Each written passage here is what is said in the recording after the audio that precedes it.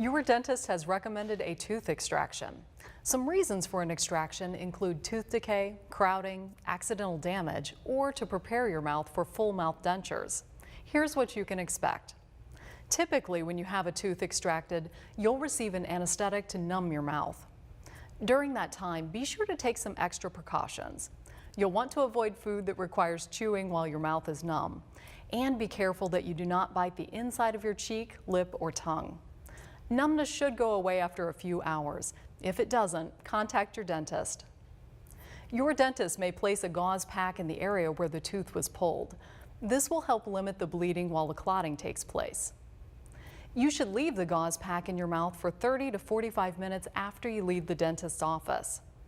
Be careful to not chew on the gauze. If you experience some bleeding or oozing once you remove the gauze pack, fold a clean piece of gauze into a pad just thick enough to bite on. Dampen the pad with clean warm water and place it directly on the extraction site. Bite down firmly on the pad and try to maintain moderate pressure for about 30 minutes. If it becomes soaked with blood, replace with clean gauze as needed.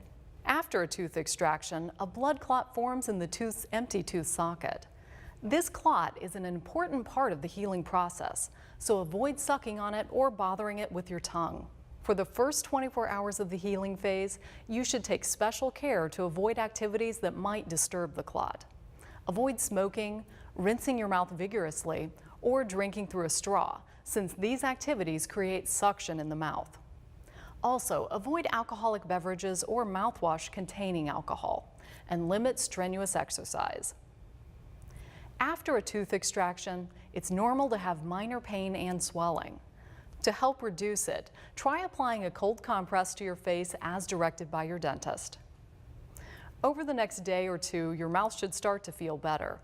But if you experience severe or prolonged pain, swelling, bleeding, fever, nausea, or vomiting, call your dentist immediately.